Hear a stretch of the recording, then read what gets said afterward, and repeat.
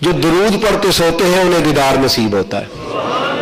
امام سخاوی نے باب باندھا ہے پورا، فرماتے ہیں تو رات کو کپڑے صاف پہن کے سویا کر، تو چارپائی صاف پہ سویا کر، خوشبو لگا کے سویا کر، اور سوتے سوتے وضو کے ساتھ سویا کر اور درود پڑھتے سویا کر۔ اور نبی پاک نے فرمایا ہے، سیاستہ کی روایت ہے، فرمایا جس نے خواب میں مجھے دیکھا اس نے مجھے ہی دیکھا، جس نے مجھے دیکھا اس نے، شیطان خواب میں بھی آ کے میرا روپ نہیں دھار سکتا، فرمایا اور کسی کی شکل اپنا سکتا ہے پر میرا روپ، شیطان خواب میں بھی آ کے میرے مشن ہونے کا دعویٰ لوگ دنیا میں کرتے پھرتے ہیں، شیطان خواب میں بھی آ کے نہیں کر سکتا کہ میں مصطفیٰ کی مشن ہوں۔ فرمایا جس نے مجھے دیکھا اس نے مجھے، اور حضرت ابن حجر نے ایک ایسی روایت بھی لائی ہے، حضور نے فرمایا جس نے مجھے خواب میں دیکھا ان قریب حقیقت میں بھی دیکھ لے گا، جس نے خواب میں دیکھ لیا وہ انشاءاللہ حقیقت میں بھی۔ حضرت علی شیر خدا فرماتے ہیں حضرت عمر کا دور آ گیا تھا، دیر ہو گئی محبوب کو آئے ہوئے، کوئی مردوں کو بھی بلاتا ہے۔ حضرت علی امام سخاوی نے القول البدی میں لکھا، فرماتے ہیں دیر ہوگی آئے ہوئے، توجہ ہے آپ کی؟ نیند تو نہیں آ رہی آپ لوگوں کو؟ اللہ کرے نیند ایسی آئے جو دیدار والی ہو، آمین تو کہہ دیں، ایسی نیند آئے جو، بولیے جی آمین تو کہہ دیں، اللہ خیر فرمائے۔ اٹھ گئے ہیں جی آپ ماشاءاللہ، اٹھ گئے ہیں آمین سے، اللہ جزائے خیر عطا فرمائے۔ عرض یہ کرنے جا رہا تھا کہ نبی پاک صلی اللہ علیہ وسلم کے صحابی حضرت علی شیر خدا رضی اللہ تعالیٰ عنہ فرماتے ہیں کہ دیر ہو گئی کہ دل بڑا کرتا تھا ملنے کو، عمر کا زمانہ آ گیا تھا، دل بڑا کرتا تھا، چر ہویا میں ترلے لیندیا کدی موڑ میرے ول واگاں، خواب مریچ ایک بار جانے تو میں ساری عمر نہ جاگا۔ فرماتے ہیں میں درود پڑھتے پڑھتے سو گیا، خواب میں مجھے محبوب کا جلوہ نظر آ گیا۔ حضرت علی فرماتے دیدار تھا نا بھائی، انتظار تھا، تو کہتے ہیں میرے اعلیٰ حضرت نے قسم اٹھائی ہے، فرماتے واللہ وہ سن لیں گے، فریاد کو پہنچیں گے ہم، اتنا تو ہو کوئی فریاد کرے دل سے، تو فریاد تو دل سے کر، وہ آ جاتے ہیں، وہ جلوہ فرما ہو جاتے۔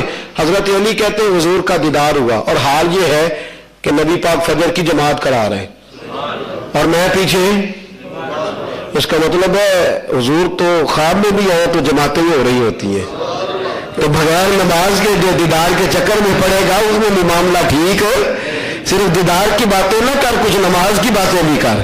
کہتے ہیں حضور جماعت کرا رہے ہیں، خواب دیکھ رہا ہوں، اور نبی پاک جب قرآن پڑھتے تھے تو بڑا مزہ آتا تھا، اچھا قاری قرآن پڑھے تو دل نہیں کرتا کہ یہ بند کرے، تو جب مصطفیٰ قرآن پاک پڑھے، فرماتے حضور تلاوت کر رہے تھے تو بڑا لطف آ رہا تھا۔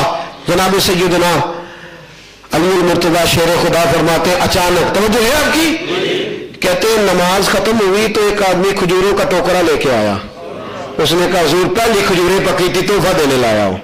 کہتے ہیں نبی پاک نے ایک کھجور اٹھائی کھائی، پھر ایک صحابی کو دی، پھر دوسرے کو دی، پھر تیسرے، خواب دیکھ رہا ہوں۔ کہتے ہیں 17ویں نمبر پر حضور نے مجھے بھی کھجور عطا فرمائی۔ کہتے ہیں کچھ کھجور کا مزہ، کچھ دست مصطفیٰ کا مزہ۔ حضرت علی کہتے ہیں بڑا ہی مزہ آیا کھجور کھانے میں۔ اچھا پنڈا اتنا لیندے نہیں سا، بچیاں نے میرے برا بھی دیو، گاؤں میں یہ ہوتا تھا، شہری لوگوں کی بات نہیں، میں اپنے جیسے پینڈو لوگوں کی بات کرتا ہوتا تھا۔ تو حضرت علی کہتے ہیں دل میرا بھی کرتا تھا کبھی ایک کھجور اور مل جائے نا، چلو زیادہ نہیں تو زیادہ مل جائے تو چنگا ہی ہے، لیکن ایک کھجور کم از کم اور مل جائے نا۔